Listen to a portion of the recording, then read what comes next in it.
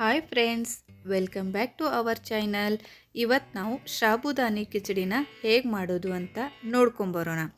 ಅಲ್ಲಿವರೆಗೂ ನೀವು ನಮ್ಮ ಚಾನಲನ್ನು ಸಬ್ಸ್ಕ್ರೈಬ್ ಮಾಡಿ ಮತ್ತು ಪಕ್ಕದಲ್ಲೇ ಬರೋ ಬೆಲ್ ಐಕಾನ್ನ ಪ್ರೆಸ್ ಮಾಡಿ. ಸಾಬುದಾನಿ ಕಿಚಡಿ ಮಾಡಲು ಬೇಕಾಗುವಂಥ ಇಂಗ್ರೀಡಿಯೆಂಟ್ಸ್ನ ನೋಡ್ಕೊಂಬರೋಣ. ಮೊದಲಿಗೆ ಸಾಬುದಾನಿ ಮತ್ತು ಸ್ವಲ್ಪ ಶೇಂಗಾ ತೊಗೋಬೇಕು. ಅದಾದಮೇಲೆ ಒಂದು ಆಲೂಗಡ್ಡೆನ ಕಟ್ ಮಾಡಿ ಇಟ್ಕೊಂಡಿದ್ದೀನಿ, ಸಿಪ್ಪೆ ತೆಗೆದು ಕಟ್ ಮಾಡಿ ಇಟ್ಕೋಬೇಕು ಫ್ರೆಂಡ್ಸ್. ಮತ್ತು ಶೇಂಗಾ ಪೌಡರ್ನ ತೊಗೊಂಡಿದ್ದೀನಿ, ಸ್ವಲ್ಪ ಒಂದು ಅರ್ಧ ವಾಟಿ ಆಗುವಷ್ಟು ಶೇಂಗಾ ಪೌಡರು, ಮತ್ತು ಒಂದು 2 ಹಸಿಮೆಣಸಿನ್ಕಾಯಿ. ನಿಮಗೆ ಖಾರ ಯಾವ ಥರ ಬೇಕೋ ಆ ಥರ ನೀವು ತೊಗೋಬೇಕಾಗತ್ತೆ. ಅದಾದಮೇಲೆ ನಾನು ಒಂದು ಬಾಣಲಿನ ಇಟ್ಟು ಅದಕ್ಕೆ ಸ್ವಲ್ಪ ಒಂದು 2ರಿಂದ 3 ಟೇಬಲ್ ಸ್ಪೂನ್ ಆಗುವಷ್ಟು ಎಣ್ಣೆನ ಹಾಕಿದ್ದೀನಿ. ಮತ್ತು ಅದಕ್ಕೆ ಶೇಂಗಾ ಹಾಕಿ ಶೇಂಗಾನ ಫ್ರೈ ಮಾಡ್ಕೊತಾ ಇದ್ದೀನಿ. ಎಣ್ಣೆನ ಜಾಸ್ತಿ ಹಾಕ್ಲಿಕ್ಕೆ ಹೋಗಬೇಡಿ ಫ್ರೆಂಡ್, ಜಾಸ್ತಿ ಹಾಕಿದರೆ ಸಾಬುದಾನಿ ಚಿಕ್ಕಟ್ಟಾಗಿ ಬಿಡುತ್ತೆ. ಸ್ವಲ್ಪ ಪ್ರಮಾಣದಲ್ಲೇ ಎಣ್ಣೆನ ಹಾಕೋಬೇಕಾಗುತ್ತೆ. ಸಾಬುದಾನಿ ಜಾಸ್ತಿ ಎಣ್ಣೆನ ಕರ್ಕೋದಿಲ್ಲ ಫ್ರೆಂಡ್ಸ್. ಅದಕ್ಕಾಗಿ ಅದರಲ್ಲಿ ಎಣ್ಣೆಯಲ್ಲಿ ನಾನು ಶೇಂಗಾನ ಫ್ರೈ ಮಾಡ್ಕೊತಾ ಇದ್ದೀನಿ. ನೋಡ್ಬೋದು ನೀವು ಎಷ್ಟು ಚೆನ್ನಾಗಿ ಶೇಂಗಾನ ಚೆನ್ನಾಗಿ ಫ್ರೈ ಮಾಡ್ಕೊಳ್ಳಿ. ಇಲ್ಲ ಅಂದರೆ ಚೆನ್ನಾಗಿ ತಿನ್ನಬೇಕಾದ್ರೆ ಹಸಿಯಾಗಿ ಹತ್ತುತ್ತೆ. ಚೆನ್ನಾಗಿ ಶೇಂಗಾನ ಫ್ರೈ ಮಾಡ್ಕೊಳ್ಳಿ. ನೋಡ್ತಿರ್ಬೋದು ನೀವು ವಿಡಿಯೋದಲ್ಲಿ ನಾನು ಯಾವ ಥರ ಫ್ರೈ ಮಾಡ್ತಾ ಇದ್ದೀನಿ ಅಂತ.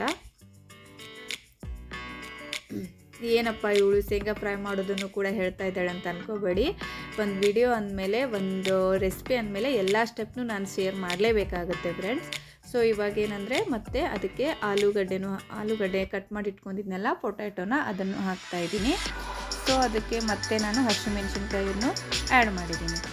ಎರಡನ್ನೂ ಚೆನ್ನಾಗಿ ಮಿಕ್ಸ್ ಮಾಡಿಕೊಂಡು ಸ್ವಲ್ಪ ಒಂದು 2ರಿಂದ 3 ನಿಮಿಷ ಅದೇ ಥರ ಫ್ರೈ ಮಾಡ್ಕೊತಿರ್ಬೇಕಾಗುತ್ತೆ. ಇಲ್ಲಾಂದರೆ ಒಂದು ಮುಚ್ಚಳನ ಮುಚ್ಚಿಬಿಟ್ಟು ಸ್ವಲ್ಪ ಆಲೂಗಡ್ಡೆ ಬೇಯೋವರೆಗೂ ಇಡಬೇಕಾಗುತ್ತೆ ಫ್ರೆಂಡ್ಸ್. ನೋಡ್ತಿರ್ಬೋದು ನೀವು, ನಾನು ವಿಡಿಯೋದಲ್ಲಿ ಆಲೂಗಡ್ಡೆನ ಬೇಯಿಸೋಕ್ಕೋಸ್ಕರ ಒಂದು ಮುಚ್ಚಳನ ಮುಚ್ಚಿಬಿಟ್ಟು ಇಟ್ಟಿದ್ದೀನಿ. ಅದಾದಮೇಲೆ ಒಂದು 2 ನಿಮಿಷ ಆದಮೇಲೆ ಮುಚ್ಚಳನ ತೆಗೆದುಬಿಟ್ಟು ನೋಡಬೇಕಾಗುತ್ತೆ ಫ್ರೆಂಡ್ಸ್, ಆಲೂಗಡ್ಡೆ ಬೆಂದಿದೆ ಇಲ್ಲ ಅಂತ. ಇವಾಗ ಚೆನ್ನಾಗಿ ಆಲೂಗಡ್ಡೆ ಬೆಂದಿದೆ, ನೀವು ನೋಡ್ಕೋಬೋದು. ಚೆನ್ನಾಗಿ ಸಾಫ್ಟಾಗಿ ಆಗಿದೆ ಫ್ರೆಂಡ್ಸ್, ಚೆನ್ನಾಗಿ ಸಾಫ್ಟಾಗಿ ಆಗಿದೆ. ಇವಾಗ ಅದೇ ಥರ ಒಂದು 2 ನಿಮಿಷ ಒಂದೇ 1 ಸೆಕೆಂಡ್ಸ್ ಎಲ್ಲನೂ ಚೆನ್ನಾಗಿ ಕೈ ಆಡಿಸ್ಬೇಕಾಗತ್ತೆ. ಪ್ಲೀಸ್ ಫ್ರೆಂಡ್ಸ್, ನನ್ನ ಚಾನಲನ್ನು ಸಬ್ಸ್ಕ್ರೈಬ್ ಮಾಡಿ. ಯಾಕಂದರೆ ನಾನು ಹಾಕೋ ಪ್ರತಿಯೊಂದು ವಿಡಿಯೋನೂ ನಿಮಗೆ ಫಸ್ಟ್ ಬರಬೇಕಂದ್ರೆ ನನ್ನ ಚಾನಲನ್ನು ಸಬ್ಸ್ಕ್ರೈಬ್ ಮಾಡಿ ಮತ್ತು ಪಕ್ಕದಲ್ಲೇ ಬರೋ ಬೆಲ್ ಐಕಾನ್ನ ಪ್ರೆಸ್ ಮಾಡಿ. ಇವಾಗ ಅದಕ್ಕೆ ನಾನು ಆಲೂಗಡ್ಡೆ ಚೆನ್ನಾಗಿ ಸಾಫ್ಟ್ ಆದಮೇಲೆ ಸಾಬುದಾನಿನ ಹಾಕ್ತಾಯಿದ್ದೀನಿ ಫ್ರೆಂಡ್ಸ್. ಸಾಬುದಾನಿನ ನಾನು ರಾತ್ರಿನೇ ನೆನೆ ಹಾಕ್ಕೊಂಡು ಇಟ್ಕೊಂಡಿದ್ದೆ ಫ್ರೆಂಡ್ಸ್. ರಾತ್ರಿನೇ ನೆನೆ ಹಾಕಿದರೆ ತುಂಬ ಚೆನ್ನಾಗಿ ಸಾಫ್ಟಾಗಿ ಉಬ್ಬಿ ಬರುತ್ತೆ ಸಾಬುದಾನಿ. ನೋಡ್ಬೋದು ನೀವು ಎಷ್ಟು ಚೆನ್ನಾಗಿ ಕಾಣ್ತಾ ಇದೆ ಅಂತ. ಸಾಬುದಾನಿ ಹಾಕಿದ ಮೇಲೆ ಒಂದ್ಸಲ ಚೆನ್ನಾಗಿ ಕೈ ಆಡಿಸ್ಬೇಕಾಗುತ್ತೆ ಫ್ರೆಂಡ್ಸ್. ಮಹಾಶಿವರಾತ್ರಿ ಹತ್ರನೇ ಬರ್ತಾ ಇದೆ ಫ್ರೆಂಡ್ಸ್. ಈ ಥರ ಒಂದು ರೆಸಿಪಿನ ಪ್ಲೀಸ್ ಟ್ರೈ ಮಾಡಿ ನೋಡಿ. ವಿಡಿಯೋನ ಸ್ಕಿಪ್ ಮಾಡದೆ ಕೊನೆವರೆಗೂ ನೋಡಿ, ರೆಸಿಪಿ ಲಾಸ್ಟಿಗೆ ಯಾವ ಥರ ಕಾಣುತ್ತೆ ಅಂತ. ಮಹಾಶಿವರಾತ್ರಿ ಬರ್ತಾ ಇದೆ ಅಂತ ಹೇಳಿದ್ನಲ್ಲ, ಅದಕ್ಕೋಸ್ಕರ ನಾನು ಇಲ್ಲಿ ಕಡಿಪತ್ತ, ಕೊತ್ತಂಬರಿ ಸೊಪ್ಪು ಯಾವುದನ್ನು ಹಾಕದೇನೆ ಉಪವಾಸಕ್ಕೆ ಮಾತ್ರ ಉಪಯೋಗಿಸುವಂತಹ ಇಂಗ್ರೀಡಿಯೆಂಟ್ಸ್ನ ಯೂಸ್ ಮಾಡಿಕೊಂಡು ಮಾಡಿದ್ದೀನಿ. ಇದೆಲ್ಲನೂ ಮಿಕ್ಸ್ ಆದಮೇಲೆ ನಾನು ಇದಕ್ಕೆ ಉಪವಾಸದ ಉಪ್ಪು ಅಂತ ಬರುತ್ತೆ, ಇಲ್ಲಾಂದರೆ ಸಿಂಧಿ ಲೋನ್ ಅಂತ ನಾವು ಹೇಳ್ತೀವಿ, ಅದನ್ನು ರುಚಿಗೆ ತಕ್ಕಷ್ಟು ಅದಕ್ಕೆ ಹಾಕ್ತಾಯಿದ್ದೀನಿ. ಅದರ ಉಪ್ಪನ್ನು ಹಾಕಿದ ಮೇಲೆ ಮತ್ತೆ ಒಂದು ಅರ್ಧ ಟೀ ಸ್ಪೂನ್ ಆಗುವಷ್ಟು ಸಕ್ಕರೆನೂ ಕೂಡ ಹಾಕಿದ್ದೀನಿ. ನೀವು ಬೇಡ ಅಂದರೆ ಸ್ಕಿಪ್ ಕೂಡ ಮಾಡ್ಕೋಬೋದು. ಸ್ವಲ್ಪ ರುಚಿ ಚೆನ್ನಾಗಿರುತ್ತೆ ಅನ್ನೋಕ್ಕೋಸ್ಕರ ನಾನು ಸಕ್ಕರೆನೂ ಕೂಡ ಹಾಕಿದ್ದೀನಿ ಫ್ರೆಂಡ್ಸ್.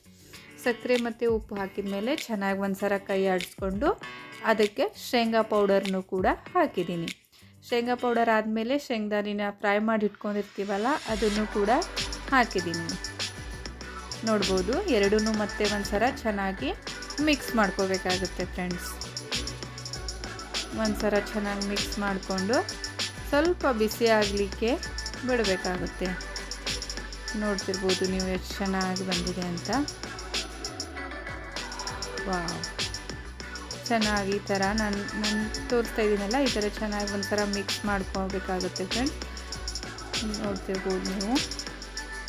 ಒಂದ್ಸಲ ಚೆನ್ನಾಗಿ ಮಿಕ್ಸ್ ಆದಮೇಲೆ ಇದಕ್ಕೆ ನಾವು ಒಂದು ಮುಚ್ಚಳನ ಮುಚ್ಚಿಬಿಟ್ಟು 1 ನಿಮಿಷ ಬಿಡಬೇಕಾಗುತ್ತೆ ಫ್ರೆಂಡ್ಸ್. ಚೆನ್ನಾಗಿ ಸ್ವಲ್ಪ ಬಿಸಿ ಆಗಬೇಕಲ್ಲ, 1 ನಿಮಿಷ ಬಿಡಬೇಕಾಗುತ್ತೆ.